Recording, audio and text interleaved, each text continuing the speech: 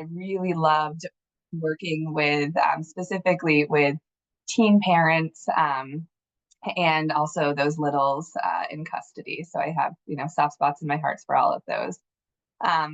6, 7, let's see, almost 8 years ago now, I transitioned to central office in family services into the quality assurance unit. And then for the last 2.5 years, I've been supervising that unit. So I've moved around a little bit, but it has allowed me to have the opportunity to really kind of have that direct service lens, as well as the broader, kind of macro social work lens. And it's also provided me so many opportunities to connect with our partners, and even more so these days. So just really loving all the collaboration I'm seeing around the state. And this is just a beautiful example. I'm going to go ahead and share my screen. I have a PowerPoint that I'm going to walk through.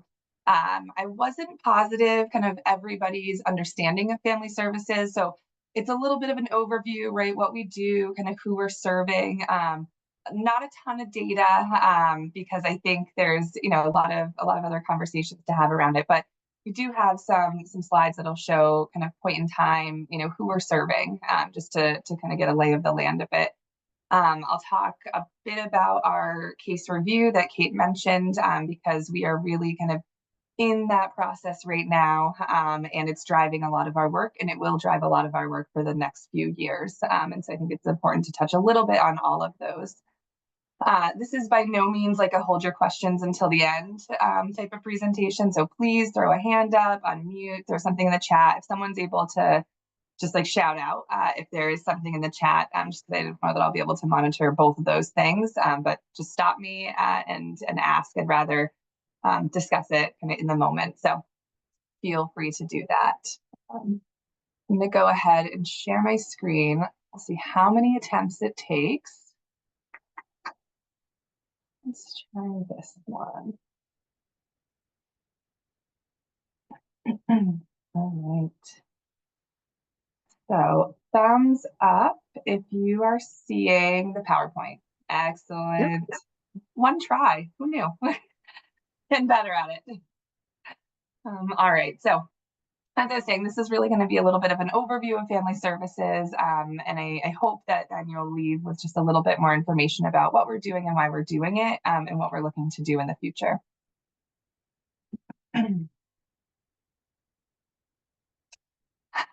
So Family Services sits within the Agency of Human Services for the state of Vermont. Agency of Human Services is the largest agency in the state of Vermont, the state of Vermont structure. We are within the Department for Children and Families, which then is part of the Agency of Human Services, along with several other departments that some of you actually may be a part of, or work with really, really closely, as do we. So we really do try to partner as much as we can, both within our department and within our division. So within the Department for Children and Families, we are situated as Family Services Division, along with Economic Services, Disability Determination, Child Development, Office of Child Support, and Office of Economic Opportunity. So we're within that umbrella structure. In terms of actually kind of how FSD is structured itself, we have 12 different district offices throughout the state. So they don't align nicely with counties, and I think that is, I'll just say, a sticking point at times. I think a lot of data at the federal level is provided at a county level, which is difficult because our districts don't necessarily align with counties. So I think that can be a little tricky at times in just how we are able to represent our data, and how we have to maybe tease it out a little differently here and there. So we have our 12 district offices throughout the state. We then have some units who serve our whole state, and those are centralized intake. So think of those as the folks where if you're picking up the phone to make a call for a concern of abuse or neglect, it's someone from centralized intake that's taking that call. So they screen the calls, they enter the information, and then it gets pushed to another unit to determine if it will be accepted or not. This is also the unit, they run 24/7, and so there's always staff available. They support after hours staffings, making sure that staff are home safely if they've been out kind of after hours or overnight. We also have our residential licensing and special investigations unit. So within each district, there are front end staff who really handle our investigations and assessments. But then there is a unit who serves a statewide role, and that is special residential licensing and special investigations. They're going to be working with foster parents where there might be an intake accepted. They're going to be working with staff if maybe their child is now involved in our care, or just in terms of a family support case. So this is really a specialized unit, again, that serves a different layer of clients. And then as the last part of our structure, we have our central office. Vermont has one of the smallest central offices out of all the other states and jurisdictions. And I feel that, I will say, though I've met with many other states who have larger central offices and still feel like it's too small. And so I think it always feels a little bit too small. But really, our central office staff are those like myself who are really looking to implement the federal requirements, really looking to utilize our data to shift our practice. We have policy, we have grants and contracts managers, as well as operations managers, kind of the rubber meets the road folks. So we have a lot of different roles. Our adoptions units are also held within central office. In terms of our mission, we really hope to engage families, and that can mean a lot of things. Youth, children, parents, caregivers, kin caregivers, foster parents, our partners throughout the state. We really work together to support their safety, support the law abidance, and support their well-being. We do this by working together with families and with community partners in an effort to keep everybody safe. And when not possible, we look to engage in a conditional custody effort. So where the caregiver still retains custody, though there does have some court oversight. And if that is still not possible, we look to support families through custody, ensuring youth have the needs met as best that we can. And then if reunification is not possible, we are always looking to achieve safe and stable permanence. And that can be through guardianship or adoption. So we really kind of we can span the life, right? We can become involved with someone at age 0, and we are able to work with youth up to and through age 18. So we do have youth who are age 18 who voluntarily remain in custody to continue to receive our services and support. Some of the key outcomes that we really look at, and I just mentioned them, and you'll hear them more throughout this, is safety. Safety for everyone in Vermont, safety for the families that we are working with, safety for our community, and safety for our staff. We're really looking at permanency. And I think permanency, and I'll say that I'm just making this switch more recently myself. We think of permanency as permanency for kids in custody. But really, I think this is also prevention, right? If we think of kids that we have never become involved with, or that maybe we are involved but at a family support level, we are working to support their permanent living situation in that moment. We're working to prevent further involvement with our agency. And so I think, permanency is really all encompassing, keeping people safe and stable where they are.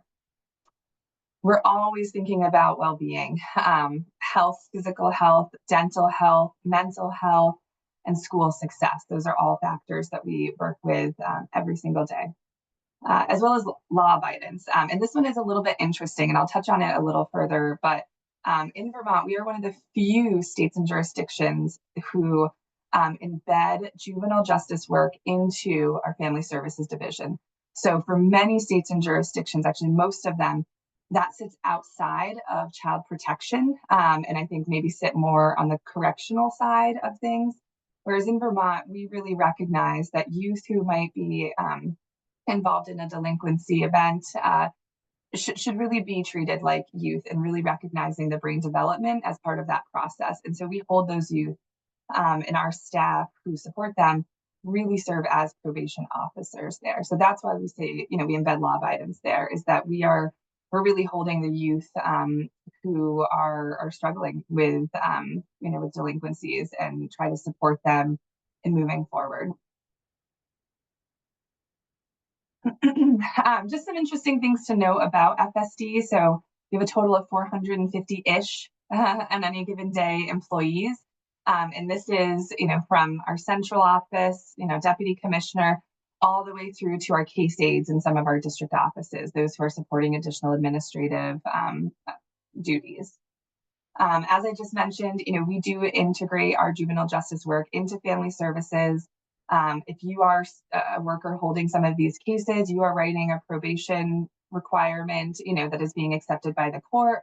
You're monitoring probation, and then you are the one who is, putting forth an approval or denial for probation.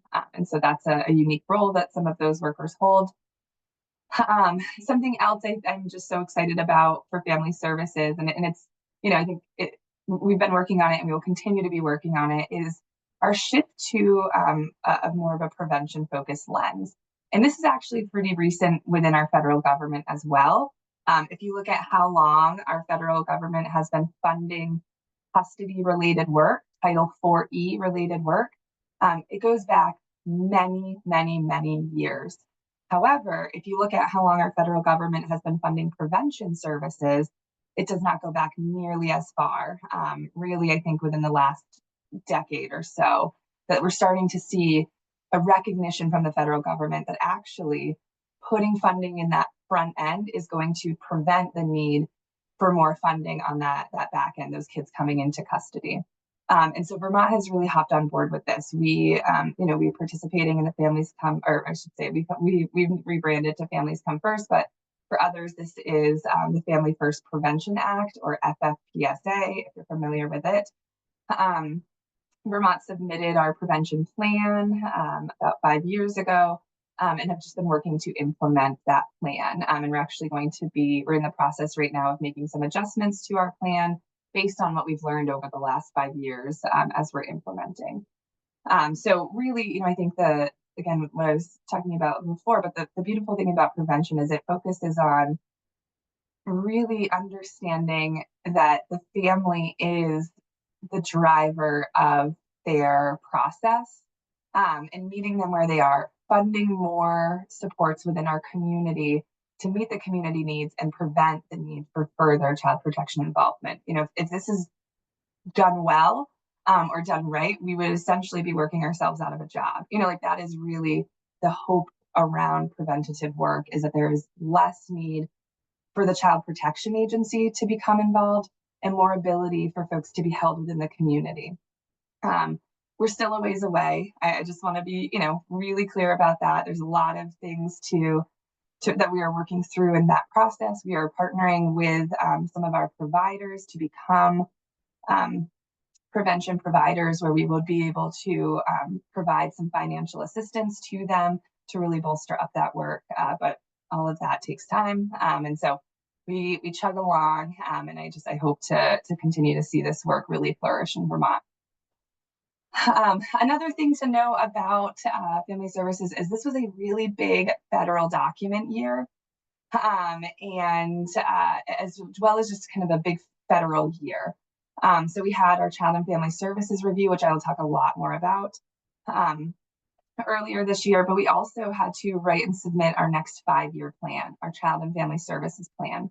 So we submitted that this summer, and it has been approved by the federal government. And it really kind of lays out what our areas of focus are over the next 5 years, as well as our priorities. And so that's something that I can make sure to send over, as well as this PowerPoint. I'll send it over, I'll make sure all of this is available to everybody, so that you can have it when you leave. So that's something, if you're bored and just really interested in reading a lot of pages of redundant federal information, Child and Family Services Plan is there for you.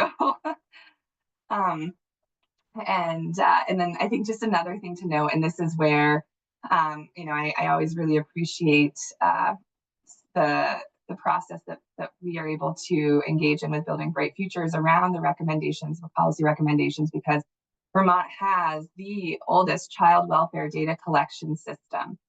I shared this data, or that particular piece of information, a few weeks ago at a conference that I attended in DC with some other states and jurisdictions who are working around workforce development. And I got a lot of laughs from Fairfax County because they thought they had the oldest child welfare data system, but theirs was like 30 years old, which is small potatoes for a 43-year-old system. So it made them feel good for once. I was happy to do that for them. But I put that here because I think it's worth noting, because the lack of an automated case management system means that so much of the work, the administrative work, the paperwork, really falls to caseworkers. It takes away the time that they have to really be engaging with the children, youth, and families they are serving. And what we know from many, many, many different studies is that the best indicator for a positive outcome for a family is the relationship they have with their caseworker. And what we know in Vermont is that our caseworkers do not have enough time to spend with families intentionally to really support the outcomes that we want to see. So I think that, that is just so important to hold and take in. We had a survey, I think it was we partnered with the Office of Child, Youth, and Family Advocate to put out a survey last year, I believe it was, to our staff, just trying to gather information. And what we found from that is that on average, our administrative staff reported spending about 25 hours a week just manually entering data, fixing data, sending case plans back and forth, scanning documents, putting it into our paper file, because we are only a paper file system. We don't have an automated filing system. And that's just our administrative staff, right? Like, that is a huge piece of their job. And then in terms of our caseworkers, a similar thing. They're spending a lot of time writing case plans, sending them back and forth, hoping it's not missing, because again, we just have that paper document. And it really impacts the ability to have meaningful time with families. And it also really puts so much pressure on humans to be impeccable with their data entry, because we do not have a system that can do some of that for us. People might have to enter the same piece of information 6 times in the one system because there's not a way to transfer the information from one place to another. And if they mess up one of those times, the whole system might go down for a little bit, or all of a sudden the state's getting weird emails. Those are all things that have happened because of one bad data entry. And so I think it's, it really then just continues to compound if people are not feeling psychologically safe as they're using our system, because they are constantly worried about making an error or missing something. We have to, spend so much time really just trying to look up anything to really show the history of a case. We can miss information because maybe a name was spelled incorrectly and it wasn't caught 6 years ago, and now we don't know that there's a really significant safety concern that for a family that we are working with currently. So I just think it can be hard to understand how having an antiquated data system can really impact the work. And so that's why I just make sure to spend some time talking about it, because for our staff, it is one of the biggest barriers to moving so much of what they want to do forward. Carlie, it looks like there's a couple questions in the chat. Yeah. Is it okay to share them with you now, Carlie? The first question is, how do you collect your data and determine the needs of families? So that's a big one in terms of, we collect it from all kinds of different ways. So we do have formal assessments. We have formal safety assessments, our safety decision-making tools. Those are, I'd say they speak more to, again, safety needs, less so like an assessment of mental health, maybe. And then we have informal assessments, which is engaging with families and talking to collateral contacts. And so, any time that we are spending with families is essentially an informal assessment. and then gathering information from other people who may be working with that family. If a family's been referred to a higher level formal assessment, then we would make sure to have that available to us. We are not mental health clinicians, and so we really rely on our partners in the mental health agencies to support those assessments, provide the information to us, and then move forward from there. One thing that is really challenging around, I think that kind of that piece of it is that we don't really have a way to collect, or I should say, to put all that information in one place to be able to easily grab it. So our case management system is really a case note system where people are able to type in case notes. I can't, there's not a field that says Johnny has ADHD and is taking these medications. I would have to look in through those case notes or into someone's paper file and try to find that in a case plan. And so that becomes really challenging when we're asked, can you tell us how many people you're working with who are impacted by bipolar disorder? No, we cannot tell you that. Our system does not collect the data in a way that allows us to report on it. We would have to ask our caseworkers to say, are the folks you are currently serving impacted by these things? And that is just so frustrating. And I think we get those requests from the media at times, and I wonder if the folks on the other end think that I'm lying or something, or like trying to hide it, but it is not. If we had a way to really be able to represent it, we would. I would love to get that out there more, and so that just is like another factor of our current antiquated system. Did I answer that one enough? I know it's a big question, so I just want to make sure that it sort of touched on what folks were hoping. Yeah, and Charlotte asked a question that's, I think, relevant to one of our discussion questions too, but I'll share it with you now. In what ways are the family service workers practicing and or working towards anti-racist and culturally responsive practice? Yeah, this is something I'd love to share a little bit about. So a few years ago, when was this? 5-ish years ago. I don't want to say that family services wasn't really doing much in terms of this lens, but it was not a focus. And then George Floyd was murdered, and it became a focus in family services. We created the statewide racial equity work group. It was the first time we have had a work group really dedicated to that. And below, so that is kind of the umbrella group. And then I think there are 6 subcommittees underneath that have really specific focuses. So one of the subcommittees is just focusing on our centralized intake and emergency services, as well as kind of front end intake work, right? What are some changes we can make in our system to better understand the ways in which people are reporting cases of abuse and neglect, and if there's a racial bias that plays into that.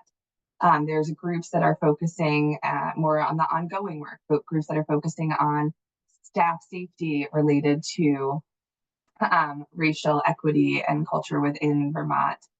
And then we also have, actually, and this is just kind of hot off the press, which I know probably doesn't feel big, but I think, again, coming from a division who only recently has leaned into this work in a very meaningful way, it does feel like a demonstration of how we are really working to integrate this. And so previously, there was one person who was the chair of SREW, Statewide Racial Equity Work Group, SREW. We got to have an acronym for everything.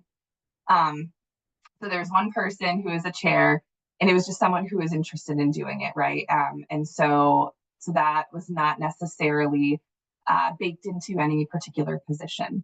That person has since left earlier this fall, and what they were able to do prior to them leaving was actually reclassify their position to embed that this position, in addition to some of their other work, will chair the statewide racial equity committee. So now we have an actual position that has some dedicated time, as well as we're moving away from a single chair structure to a tri-chair structure, because we really recognize it is a significant amount of work for one person to hold, and it shouldn't fall to just that. So I think that's one example, is that we do have the statewide committee as well as some smaller ones. Some additional things that I know off the top of my head and can note is that for the last 5 years or 6 years, Vermont has participated in the safety culture survey, um, just to continue to gather information about kind of the psychological safety of our staff. Over the last couple of years, and especially in the last year, the 2024 survey, we've added several questions for staff around their experience of race equity, discrimination, all of that within their offices. So we have questions specific to, you know, like on a scale, right? Like I feel comfortable bringing up conversations about race in my office.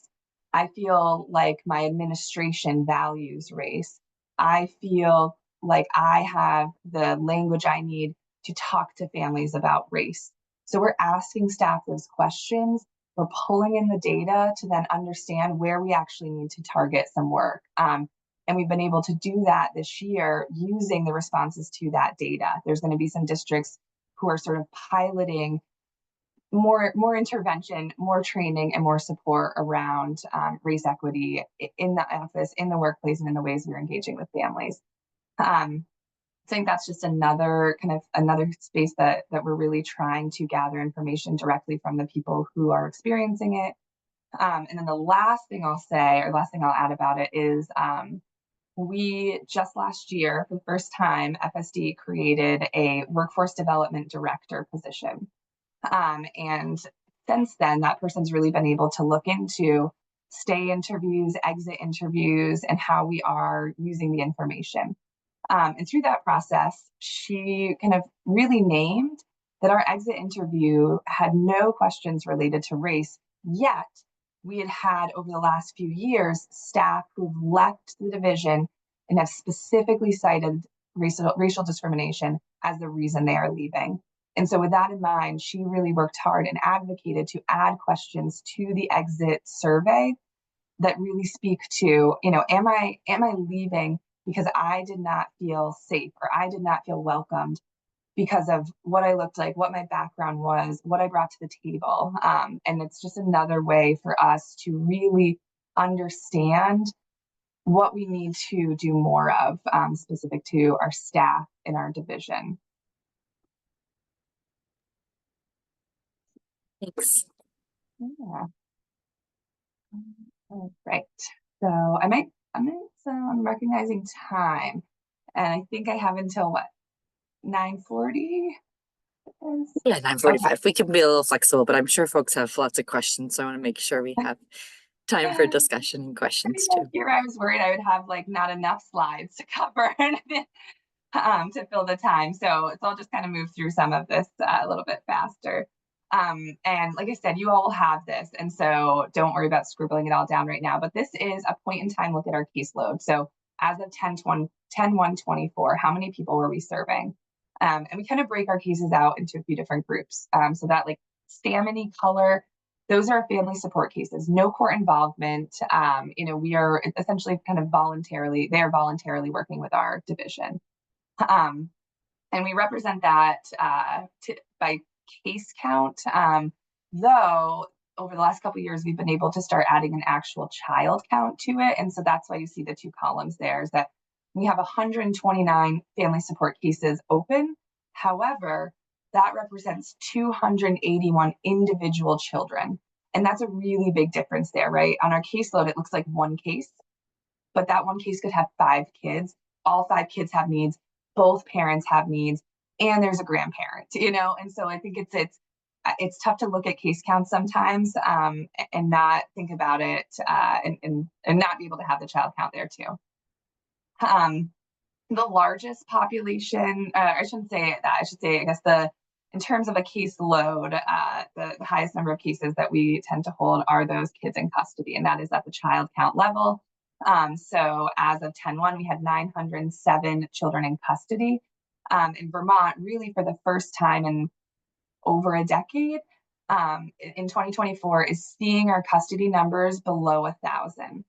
And that's really exciting. I think we would love to see our custody numbers much smaller than that, but we'll take what we can get in terms of kind of moving again more toward prevention, less toward reaction. We also serve through a conditional custody lens, again, where there's some court involvement, but the caregiver retains legal custody. That's also a pretty large number of our cases. You can see 407 there. We're involved with youth who are delinquents or on probation. So we get notified when a youth has committed a delinquency, and we are often present for some of the hearings leading up to it. And then at the point of adjudication, we would then be working with them for probation if diversion was not a route that would fit for their current needs. And then we also work with youth who are unmanageable but not in custody. These are maybe the youth who are beyond the control of their parents. They're really trying to support them the best they can, but still are just not able to quite get there. So we are involved with those youth as well. In terms of some of the things that really are impacting our system right now, I think some of them will be very, very familiar, and I'm sure you all are feeling a lot of the same things. Really during and post-COVID, we are still struggling with staff vacancies, though our vacancy rate is improving, which is exciting. The piece, though, that really becomes a challenge is that next box, the average time to fill. So for Vermont FSD, our average time to fill a position is 90 to 100 days. The national average, I believe, last I looked, was around like 35. And so, yes, our vacancy rate is reducing. People are staying in their seats a little bit more. But when a seat is vacant, it can be vacant for a very long time. We have some districts who've had 7 to 9 vacancies for the last year, the last 2 years. And we have some who maybe have had 1 or 2 vacancies, but that position has been vacant for a whole year. We've not been able to hire. And so we're really doing a lot around recruitment and retention of staff right now. Court backlogs post and during COVID continue to haunt us. It's not like our court dockets were great pre-COVID, and they really stalled out during COVID and post. And so we're seeing kids really lingering a lot longer before they're able to achieve permanency because they're not able to get on the court calendar sooner.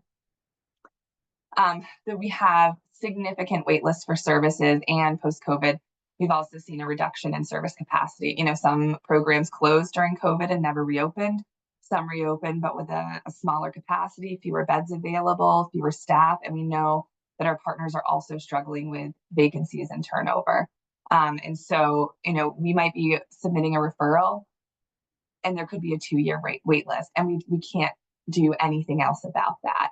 And that's a huge factor right now that we are really grappling with. We're also seeing fewer foster homes available post-COVID, and higher needs of our children. So yes, our caseload counts are a little bit lower. Our kids in custody count is a little bit lower, but the needs of the children, youth, and parents that we are serving is higher. And so that, paired with fewer community resources, is really putting people in a spot where, even at the point that we are becoming involved, there's not much else we are able to do either. And so I think that's, again, just something that we continue to grapple with. We are seeing a greater need in our high-end system of care. And I think probably when people hear this, you're assuming like, okay, these are your maybe really violent 17-year-olds or really out of control 16-year-olds. And those are there a little bit, right? We might be staffing some of them at times. But really what we've seen over the last couple of years is an increase in staffing youth with developmental disabilities. So again, this really goes back to our community supports. We're seeing more youth with developmental disabilities, fewer community supports available to meet those needs. Children are coming into custody either because law enforcement are removing them at night, or someone else is advocating, not necessarily us. Those kids are coming into custody. It's not really a child protection issue. And so we are not able to meet the needs in the way that they need, right? These are youth who might need a developmental residential placement. And so we do try to partner with DAIL, or Department of Aging and Independent Living, and the Department of Mental Health. But we really only have, mental health and behavioral residential programs available to us. We don't have foster homes who are medical foster homes to meet the developmental disability needs. And so we are seeing our staff having to sit with kids for weeks, months, in a home that we kind of contract with to support them so that they have some place to be. And this is taking up a significant amount of resources for staff. And then, just continued impacts from COVID. Me being able to meet people where they're at continues to be challenging at times. I wonder, just based on time, because the rest of the PowerPoint is really about the Child and Family Services Review, the federal review. Does it make sense to pause on that and just provide the PowerPoint, or try to give like a 3-minute overview of a handful of slides? I think it'd be helpful to just give us a quick orientation to what the case review means, so that then we have the context for, reading the slides more closely when I can email them out afterwards. Awesome. Okay, that works. Does that work for everyone? Yeah. That. Okay. Great. Okay, so Child and Family Services Review. Some of you on the call right now are really familiar with this because maybe you're part of our CFSR, Child and Family Services Review Steering Committee. You've been a reviewer, or you've been connected to our internal case reviews. So the CFSR is a federally required review of all states and jurisdictions, and they happen every 6 to 8 years. And so this year was Vermont's year. Actually, it was last year, but we were able to postpone it due to the flooding. We moved it to this year to really just support kind of rebuilding our communities. At the very base level, these reviews support our federal government and kind of understanding what we're doing with the money they give us, right? You heard me say that we do receive a lot of federal funding for, especially for children in custody. So there's a bit of like compliance around here, determining what's really going on the ground with children, youth, and families, and if the work that we are doing is resulting in positive outcomes. Separate from the federal review, Vermont holds internal reviews that mirror this federal process. So even when we're not in a federal review cycle, we are still reviewing cases to understand practice, our areas of strength, and our areas in need of improvement. This is a timeline of kind of the federal process. I won't go over it too much, but I will say right now Vermont is in, so can I use my mouse? I don't know if you all are able to see that, but we completed our on-site review in May of this year. We did not receive our final results until beginning of September from our federal government. So now we are in the program improvement plan development stage. We are developing our plan based on our results. We also, as part of these, look at not just issues related to safety, permanency, and well-being, but there are also 18 systemic factors that play into it. And these are identified and really talked about and discussed in our statewide assessment. And so I'll make sure that that's available to you all as well, because it really goes much deeper into the systemic issues that are impacting our work. So these are the 7 kind of key areas. And then within each of those areas are several different items. For Vermont, we had our on-site review in May. We had 3 districts reviewed during that time. That's part of the federal requirement. So Burlington, which is our largest district, has to be reviewed.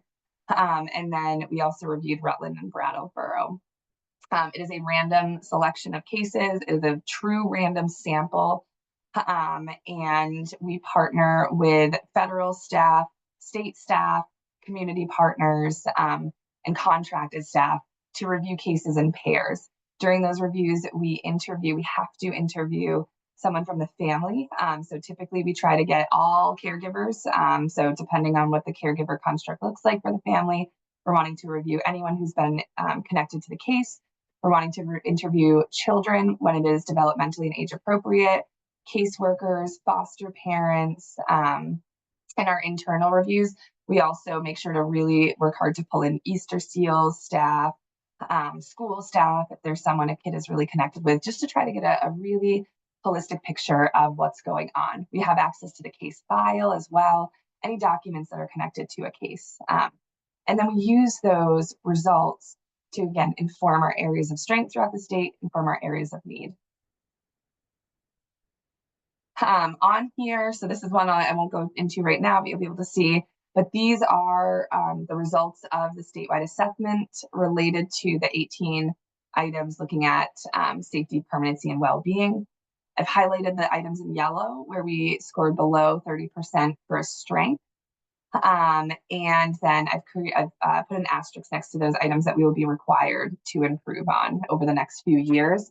In a nutshell, our biggest area in need is the ways in which we are seeing our families. As you heard me say earlier, that one of the one of the biggest factors in a positive outcome for a family is their relationship with their caseworker. And we know based on this, our caseworkers are not able to get out to our families as much, especially our families in in-home cases. Those were really the areas that we scored the lowest. Our caseworker visits with children, caseworker visits with parents, assessment of needs of parents, and then being able to provide those services. This sort of touches on a little bit of what I was just saying, so I'll move through that one. And then in terms of next steps, you heard me say we are in our program improvement plan development. We'll be required to submit that by, oops, I put the wrong date there. It should be 12/30/2024. And then they have to approve it. We are working closely with our federal partners through that process to create strategies based on the exact findings from the case review process to really identify and try to implement in the areas of greatest need that will help move our needle statewide, right? Help really shift us in the right direction. We will be doing that for the next couple of years. Once our program improvement plan is approved, we will start doing federally required reviews for the next 18 months after that. We'll have federal oversight during that time. They'll be continuing to work with us to see the improvements that we're making adjustments to those. And then at the end of all of that, if we've not improved in the ways that we need to, we will face federal sanctions and federal penalties where we will be paying money annually until the next review. And so that is something, very much on our minds and that we are really working to target. Make sure, so we have to make sure that we are in we are improving in all the areas that we need to be. And then Vermont is also kind of in the context of this. You heard me say there's a big federal year this year, right? We just submitted our 5-year plan. And so now we're trying to marry these two plans together. We have our 5-year plan. We now have a 2-year PIP plan. And we're trying to overlap any place that we can so that our folks are really feeling like they are able to intentionally implement. Much, Thanks so much, Carlie. This is talk through the last part there. So much information and important data for us to digest and discuss. So we've developed some discussion questions. I'm going to put them in the chat now. And so I think 2 goals that I have in this discussion, one is to make connections between the work that folks are doing here in this meeting and beyond. And the second, I think, is to talk a little bit more about at BBF, we talk a lot about family engagement and family leadership. And I know this is something on the mind of the DCF. So making some connections and having a discussion around that. So to kick us off on the connections, I want to ask Kitty from our data team to just share a little bit about how the data team at BBF is making connections with child welfare in our state of Vermont's children. Thanks, Kate. And also thank you, Carlie. That was so much information. It's clear how much work you all are doing. So it's cool to be able to see that all outlined. So for our annual report for the state of Vermont's children, we have a data spotlight every year. So last year we focused on perinatal health, and this year we've decided to focus on the child protection system. And this allows us to really go more in depth into a topic and really elevate the work of an area that we want to elevate. And we've previously had we've highlighted some of the data around the child protection system, around child custody, some of the family comes first work. And then, as Carlie mentioned, some of the information system around the child welfare system. As we know, that's something that is a little bit outdated. So in the spring, we decided that we really wanted to highlight some of this work and give a more holistic picture and go more in depth into some of the work and challenges and opportunities that are coming up around child protection. And during when we present this data in January, we'll also have a full panel that gives some perspective from people either working in the child protection system or that have received services, so that it's not just our data spotlight, but being able to have more of a story around that. And so we look forward to continuing to build that out, and Carlie and Alyssa have been really great partners with us. So we look forward to that. Thanks. Yeah. Now let's open the floor, and if anyone else has questions or want to talk about how your work is connected to what we've heard about today. Off mute and jump in.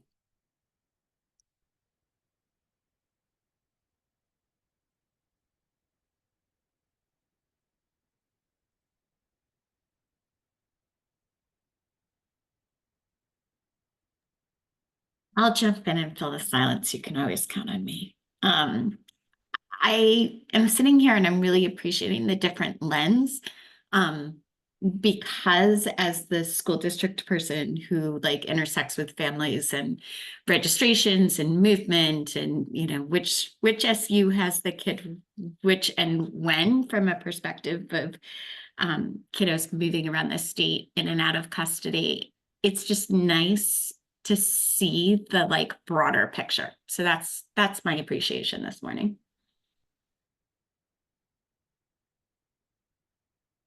What are ways that folks are supporting children and families that are involved with family services? Thanks, Becca, for sharing one example. Charlotte. Hi there. I apologize. I think my question is probably a little bit off topic. I had a question for Carlie and maybe for folks. Is there any talk around shifting away from the language of delinquent and unmanageable when we're speaking about youth who need support? Yeah, that's a great question. And unfortunately, I'm not the best person to answer that, though I know who would be. So I'm happy to follow up on that and then share kind of what I learn with Kate, who can maybe disseminate it to the rest. I know that we do have an entire adolescent services unit. Actually, it's bigger than that. Is a branch of our family services management team. So we do have a lot of, I think, intentionality around, around that population, and are always looking at the different ways in which we can support them. So I have a feeling they would be able to respond a lot better. Thank you. Yeah, thanks, Charlotte, for the question.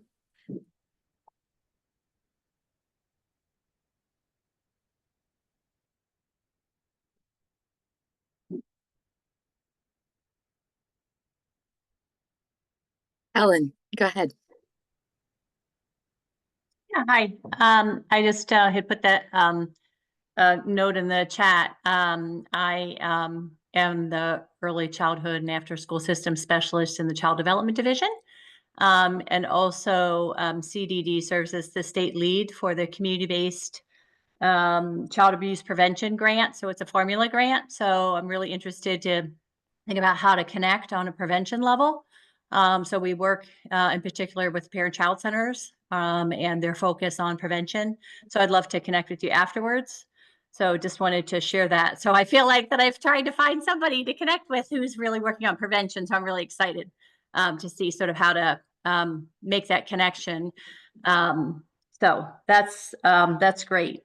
Do we want to talk about, are we going to focus on, Kate, those other questions that you have in the chat, or I can just hold that? Because I just wanted to ask a question related to that. Yeah, go ahead, Helen. You're good. Okay. All right. So just based on what Carlie shared in terms of the data system. So when you're looking at, I don't know what bullet point, are there any considerations for recommendations that we want to elevate for next year's policy? It's not, I don't know if I would say it's necessarily a policy recommendation, but we have, you have a broken, we keep talking about data and making data-driven decision-making and everything. And if that's what's holding FSD up from making sure that they're providing good services and that we can sort of really drill down, we have a broken data system there. We also have a broken data system in CDD, right, with BFIS, and we've been waiting and waiting and waiting for CCDI or C. What is it? CDDIS. CCDIS. Sorry, I got my confused. I think that if BBF could really talk about our data systems, we have to invest in that. We have to invest in it. And so, we rely on BBF to actually do all the working. Think about how much easier your job would be if we just had some really good, strong data systems in each of our divisions. So I would put that plug out there. Yeah, no, I appreciate I that. just can't. Yeah, it's we're just really handicapped in CDD, and this is the same thing it sounds like in FSD. So Yeah, absolutely. And I think because of how intentionally we've been shouting that message over the last couple of years, for the first time, FSD has a little tiny bit of money set aside for a new system. It's through our carry forward funding. So essentially a little bit of like vacancy savings or surplus, though it was never protected. It could be swept at any point, right? We still did not have dedicated funds within our AHS budget, the Agency of Human Services budget.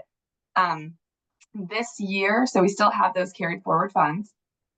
This year, though, we were awarded some money. I believe it was from the tobacco settlement funding. So we received, I think, about $3 million from that, and that is protected funding. Yeah. But still, these systems, we've done a nationwide estimate. I think Vermont realistically is looking at between $30 and $50 million for a new system, and that is because we really need to replace all aspects of it. There are some states who really just had to do one thing. We want a better case management module, but everything else is fine. So that's a lot cheaper. But for us, we are starting from the ground up. And that's why we're looking at a much higher price tag. And so I'm excited about the movement we've seen. And I think a lot of it has been because of partnering with community folks like yourself, like the Office for Child and Youth and Family Advocates, who maybe have a bigger stage at the legislative level, though still we are nowhere near our budget. And I think it's just so hard for people to make the connection between the data system and the outcomes. But like you were just saying, Helen, I mean, we're really limited in the ways in which we can use our data to make data-driven decisions. And we work so hard to be able to do that. We have 30 plus spreadsheets statewide that are tracking some of our most important data because we have no other way to do it. So again, it assumes that humans are impeccable. One of the first things I do when I'm onboarding a new staff to my team is say, you will make a mistake. You will be called out for it in a meeting when you are presenting the data. And we just need to be really clear that we do not have a data system that does the work for us, and mistakes are inevitable, and that doesn't feel good. But it is a reality for us because we want to do the best that we can and get as much out there as we can. And we have to work really hard to do that. But again, we value it. And so we do that. We do that hard work. Thanks.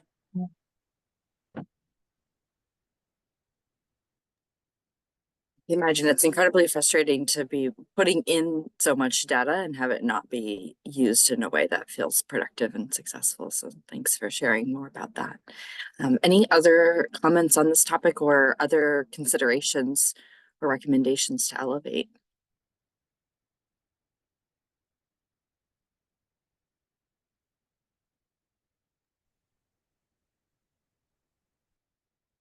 Courtney.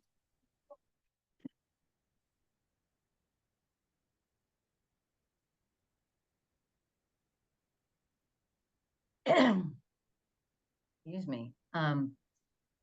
So correct me if I heard this right, that the program improvement plan would be shared with us? It's not complete yet. So I'll send over the PowerPoint, Vermont's 5-year plan. So that's our Child and Family Services plan, as well as the final results from our CFSR and our CFSR statewide assessment. I might have to send you a couple emails, Kate, because it's big documents and they keep bouncing at times. So I'm trying to find the sweet spot between like just how many of these documents I can send in one. But yes, you'll get all of that. And then at the point that our PIP plan is submitted and approved, which we anticipate probably spring of next year. So our due date is the end of this year. And then our federal folks have, I think, I have to look back, but like 60 days to approve it or something. There's a back and forth period there. So once that is complete, then we'll be sending it out to our different partners, folks on the steering committee, which I know like Dora is on, but I can also make sure to send it over to Kate. And then eventually, we're just a little bit lagging with some of this stuff. All of these documents really should be available on our public facing website. And so that's just been a capacity issue in terms of like getting them and then getting them up there. So my hope is that over the next month or so, really all of these will be available for anyone to grab. So I guess my curiosity is around staff development. I mean, learning that the data collection system is so cumbersome, it's really disappointing to think that that might have impact on service delivery, because folks are so frustrated by their data collection and almost sounds fearful.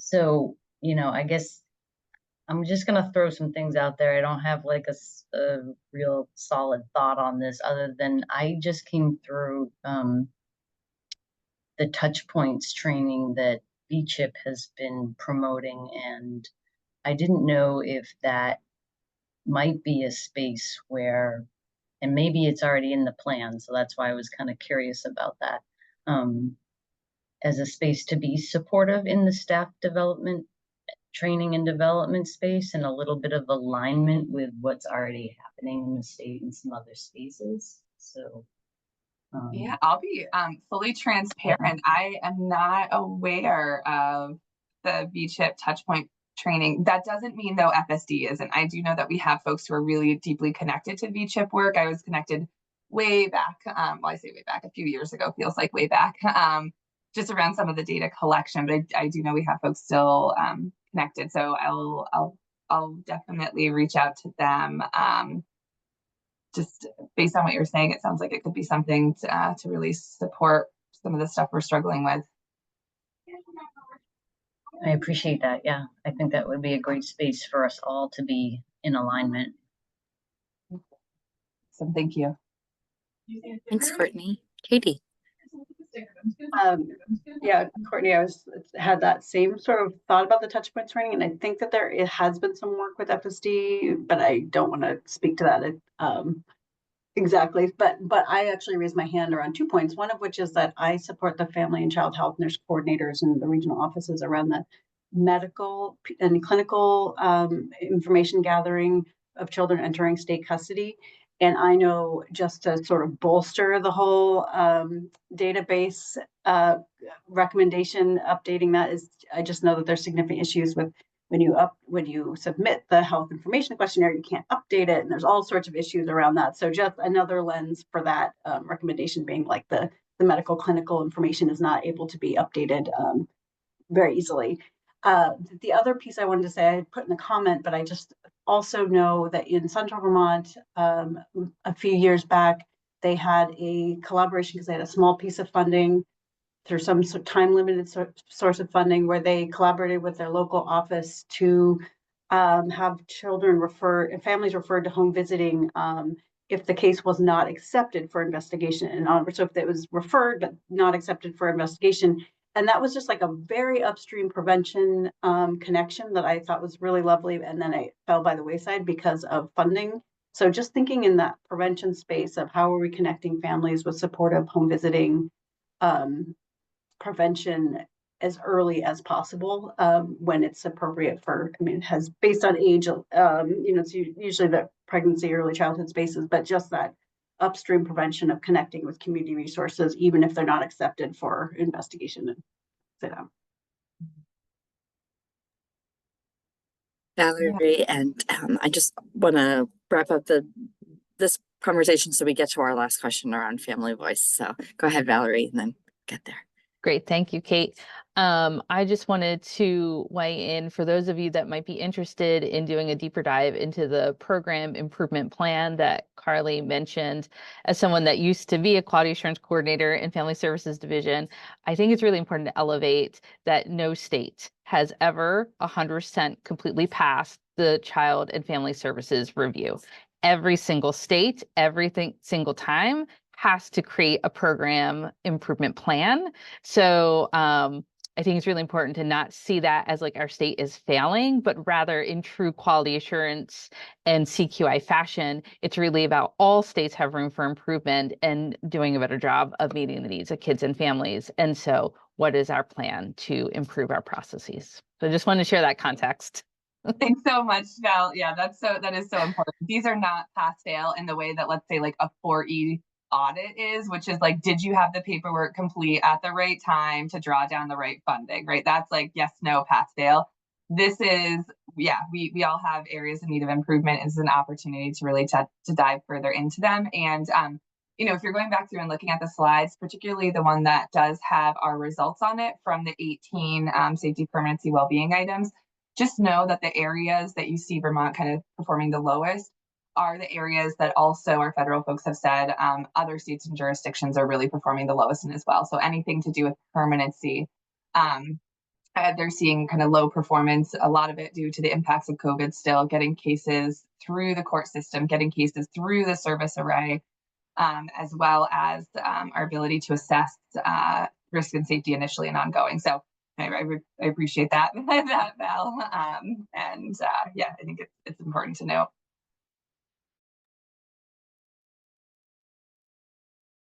Charlotte, go ahead, and Dora, I'll let you have the last word on this before you shift to topics. I'm sorry, this is Charlotte. Did you call on me? Okay, yes. Awesome. Go ahead, Charlotte. I was raising my hand about family voices, so I hope that's okay. Okay, can we hold that and let Dora have the last Sure. word, and then we'll come back to you and you'll transition us to family.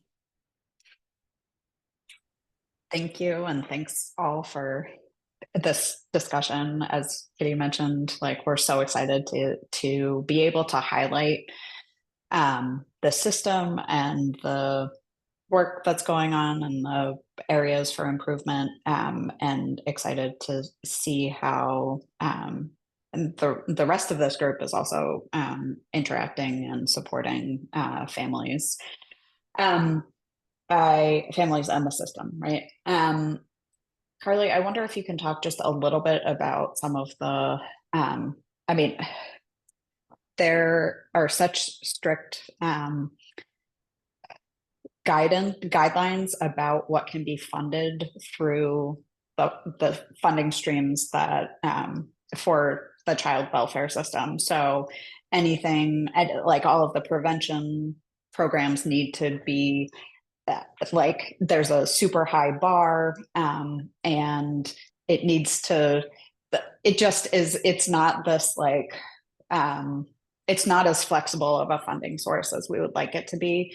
And even that is impacted, like the ability to implement some of the prevention services that we might like to implement is limited by the data system in order to be able to implement those. So just in terms of context for why certain things that we might want to do, why they're not necessarily happening or possible. Yeah, no, that's a great point. And I think I can quickly give a couple examples. So yes, there are, so many hoops to really do anything to draw down funding. And so for prevention specifically, we can only draw down funding for an evidence-based practice that has been approved by the clearinghouse, right? So we can't just do it with anything. It has to be a practice that is already approved. And so in Vermont, we are focusing on motivational interviewing, as well as, so the second one is escaping me right now. I apologize, but it's more around, I think it's home visiting, more intensive home visiting. And so, we have providers who we really tapped into who are already providing those services, and are partnering with them to say, hey, you're doing this, like, can we partner, provide some additional funding? Something that is really slowing us down is fidelity monitoring. So that is a requirement to be able to draw down funds, is that you have a fidelity monitoring process to ensure that the services are being provided with fidelity, right? Like they are being provided consistently across. And so that there's a lot of financial components there. That means that we need to have money available to train staff in the agents, in all of the different partner agencies, ongoing, so in the fidelity of this, as well as providing the fidelity monitoring. And so I think that's a piece that has really, really slowed us down, is how do we do that? How do we have that happen? Because it's not like we're drawing down now. We can't draw down until that's done, but it's a financial barrier from being able to draw down. So that's one example that is just really, again, kind of slowing us down. And then at the point, this is it's embarrassing. At the point that we are able to, let's say we have everything implemented and we're able to start drawing down, it will need to be a manual matchup. We do not have the ability to have prevention funding run through our current system. So right now our Title IV funding for foster care runs through our antiquated system with a lot of manual checks and balances in place. We don't have the same ability to do that for prevention. And so what that will look like is we have someone on my team who is the lead for FFPSA as it relates to quality assurance, who will be getting the reports from our grants and contracts unit directly from the provider saying, this is who I served, this is when it started, this is when it ended. We then need to match that up with the individual children in our system to make sure that it is the same. So it's a manual matchup of, potentially hundreds of kids at some point, and then submit that report to the federal government so that then they can reimburse our funds. And so that is a significant lift, though we are so committed to really being able to support prevention work that we're really making space to be able to do that, and saying, yeah, I'm happy to tie up someone for a week if we need to do this like data comparison, if it means that we're able to really support funding in a different way. Carlie, and I think you talked to us a little bit about how some of those funding challenges have also impacted your ability to bring in family best practices, family engagement, and like being able to compensate families for their time, for example. So I wanted to transition us to that conversation in Charlotte's question, and just want to acknowledge, what could family engagement look like in Family Services Division? What does it look like, or how could we adapt these best practices that we know and we talk a lot about in BBF spaces, but also acknowledging the fact that a lot of what Child Protective Services does and has done historically has caused a lot of trauma and a lot of distrust. And so there's that extra layer, particularly depending on the identities that families hold that are interacting with the system, right? And, race, class, disability. So just want to provide that context. And then Charlotte, will go ahead and ask your question. Thanks so much for your patience. Oh gosh, of course. Yeah, and mine is I guess it's not necessarily a question so much as, my whole job at VDH is to think about how we connect with folks with lived expertise, with families, with community partners in ways that are trauma informed, in ways that are non-extractive. And so rather than take up a ton of time in this meeting, I just wanted to offer, I would be happy to connect with Carlie or other folks around, more deeply understanding what has how has Family Services Division already tried to engage with families or partner with families, and just provide I would be happy to provide a little bit of TA if that's supportive. Yeah, that would be amazing. Yeah, absolutely. I think we are we are really challenged, and mostly around how we can reimburse people with lived experience adequately. So, it is part of our policy. I don't remember if it's an FSD policy, DCF. I can't remember exactly, but like we can really only reimburse in the form of a gas card, or I should say a gas voucher or a food voucher. We are not really able to do gift cards. We are not really able to, write a check to someone and say thank you for your participation in this. It has to be through a food voucher to whatever the one local store is in the district that we contract with, or a gas voucher, and that does not feel adequate.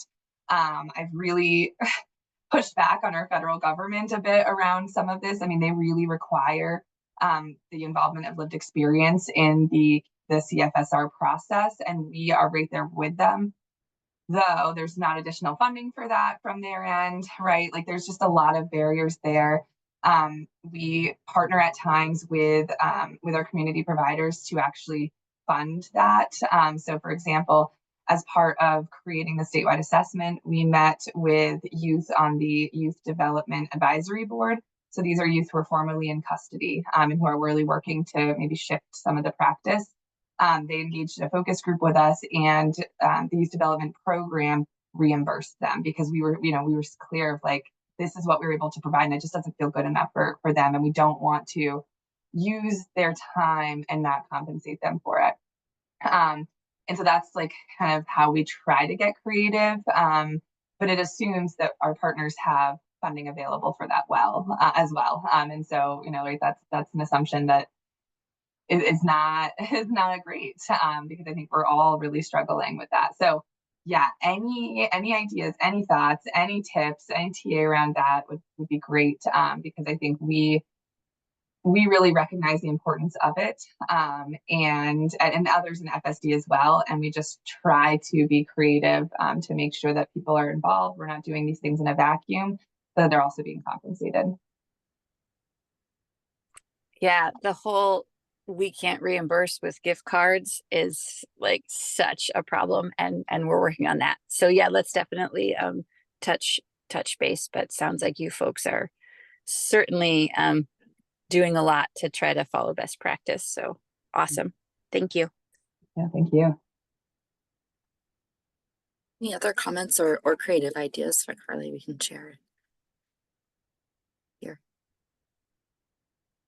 I also think, I mean, if you know of existing maybe parent caregiver groups, or groups that exist that meet already with folks who might be interested in being connected to our work at times, I'd love to hear more about that too, because I think, I know some spaces where people are coming together. So for example, for the statewide assessment, we worked closely with, I think it was the Parent Child Center in Bennington, because they had a parent group that met regularly. And so we were able to tap into them. The parents agreed to be part of the anonymous focus group. We had TA providers hold the focus group. There was no one from FSD present in that. The notes did not have names. And ahead of time, the attendees had said they were happy to have a food or gas voucher, like that. We'd had that conversation to say, this is how we were able to reimburse. And they were like, yep, that's okay. But I would love to just know more spaces where people are naturally coming together that we could tap into, to really get, again, that kind of holistic family perspective. Tanya. Hello, thank you, Carlie, for everything you've shared and everything that you're doing. Building Bright Futures does have one group, the Families and Communities Committee, that is primarily parents of young children, that are it's an amazing group of people that are really share a lot of themselves with the Building Bright Futures network to work towards incorporating family voice. So I would welcome you to connect with us as well. The other thing I just wanted to, this is not a tip or a trick or, but I just wanted to give us just a shout out that a few of the things that Families and Communities Committee is supporting. First of all, the policy recommendations that BBF will publish in the upcoming months, recommending things like the legislature enacting some formal guidance for sort of naming membership when creating bodies, and that also that the bodies should have orientation, other targeted supports beyond compensation to support family leaders, which really speaks to creating those equitable, inclusive, welcoming spaces for families, and also a recommendation around compensation and how to do that equitably. Family leadership also, we did a study of what's available out there in the state for family leadership opportunities and what those look like, what compensation was allowed. And basically the same recommendations came out of that study, right? Around like sort of, we got to start at the top here with legislatively mandated bodies, really putting some real intention behind this and some leadership behind this, and certainly some other things that are other groups and workshops and things that Families and Communities Committee has supported in the past year, just trying to elevate pretty much of what you said and what Charlotte shared as well. So I just wanted to flag that in this space. Thank you so much. Hi, I'll jump in. Sorry, I'm off camera today. I'm getting over a little head cold. But I am Jen Fortman. I am a parent representative through BBF and work very closely with Tanya and co-chair the Families and Communities Committee. And so I second just the idea that connecting with you and bringing families to that group. It's a great way for families to connect with other families and other parents and feel included in the decisions that are made. And just one thing that we've heard throughout the years from families is following up on whatever you receive from them, whether it's data or input. What do you do with that information and how are their stories affecting your decisions? Because as a parent, if I'm going to share my story with you and never hear back and I'm not compensated, why am I going to, what I would feel, waste my time on providing this information to you? So if I feel that my time is being valued, either with compensation and following through with where does this go? What is it being used for? How is it benefiting you? Which then trickles down to benefiting families. And again, the work I do is, I understand that your work is primarily focused on safety and that is your top priority, not necessarily comfort. But I think follow-up has been very important in families feeling like their time and their experiences that they're sharing is valued. Yeah, thank you so much, Jen. You're touching on one of the many soapboxes I feel like I carry around with me and stand on weekly, which is, what are we doing with our data? We collect or are given so much data. I think even just in our contracts, right? Every contract that we have with a provider, there's some kind of required data sharing. We need to know from you who you are serving. You send us that data. What do we do with that? Not a lot is the honest answer. It's in our statewide assessment. I'm not saying anything that's new. It's not that it's never used. But again, the way that our system is structured, it becomes very challenging for people to actually extract meaningful information out of those, and also would require the individual program managers to be spending a lot of time doing that.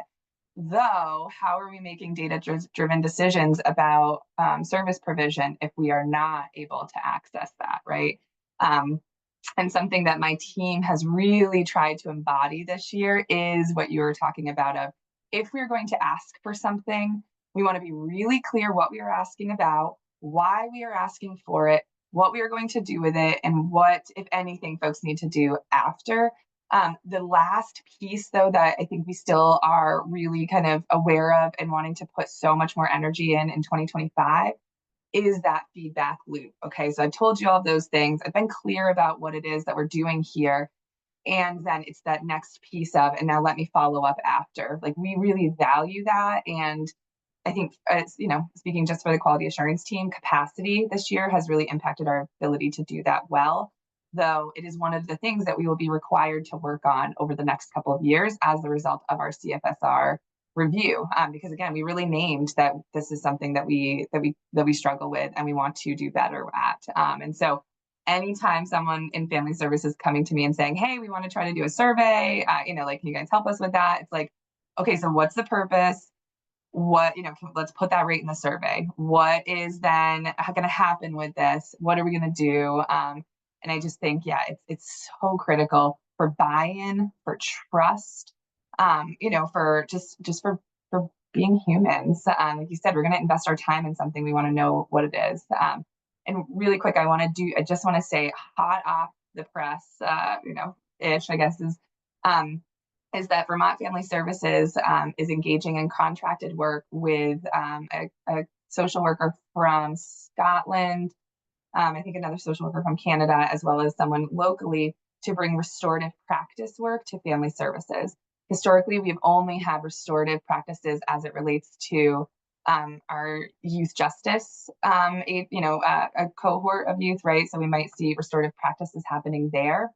But we are expanding our restorative practice work throughout FSD and really focusing on how we build trust, how we work as a team, what a team means, both internally and externally. And I hope that, over the next couple of years, as we really, really embark on it, and we just launched this to staff last week and this week. So that's, I say, hot off the press. But I hope that we are going to see some of that rebuild happening, because we know that there has been a lot of broken trust over the years for a variety of reasons. And so, there's a component that is focusing on restoring that trust, but also really doing the work to prevent the need for intentional restoration, right? Like, that's the bigger picture. It's going to take some time, but really starting with reviewing our policies. What's in our policies that impacts our ability to really work safely together? Safety as in psychological safety, physical safety, all of that. And just really working through to say, what harm are we doing even at that level to our own staff who are then working with families and feeling this way? So I'm excited for that. I hope to be able to share more about it, down the road as it unfolds. But I think it's really it's touching on, I think, some of the stuff that came up today of just around how do we collaborate in a way that's meaningful for everybody? Thank you, Carlie. That's such important work. I would definitely like to follow along and see how that expansion goes. And I've heard so many connections between, what we've talked about today and these different pieces about how family engagement is connected to the data work and the data system that you're doing, and thinking about collecting data and then how we use it, and reporting that back to folks most impacted. So thank you so much, everyone, for being here, for the rich discussion. And you'll be seeing more emails with follow-up with links and slideshows and resources to keep this conversation going. And our next meeting will be on December 5th. We had to move it for Thanksgiving. On December 5th, we'll be talking about hearing and vision screening, and I'll send some more information about that in your emails. Thank you so much, and have a great rest of the day. Before we go jump ahead, off, Carlie. I heard a lot of Sure. interest in prevention. Yeah. And we do have a whole kind of prevention core team. I sit within it, but someone else on my team is the data lead. But I'm wondering if, at first I was thinking, okay, anyone who's interested in like me connecting you with our prevention folks, send your information to Kate and then she can send it to me. But I almost wonder if like a broader connection here, if it's possible to have our prevention team do something similar to what I did today. So I just I put that out there. Maybe, Kate, we can talk more about that. But I think that, people are really interested in some of that. And I think that I can speak high level, but there are folks who can speak much more detailed about prevention. And I do know that there are engagement opportunities for internal and external staff on certain committees. And so I kind of had that in my mind of I think a couple folks on here, may end up being interested in being connected to some of that work. So I think we'll connect more outside of this, Kate, and engage the best path forward. But I just wanted to recognize there's a lot of energy there. So let's jump on it. I'm virtually looking at Katie and Beth and thinking that's a great topic for a future meeting. And also could feed into future policy recommendations, specifically potentially highlighting prevention. So that's great. Thank you so much, Carlie. Thank you all for being with us. Have a great rest of your day. Thanks.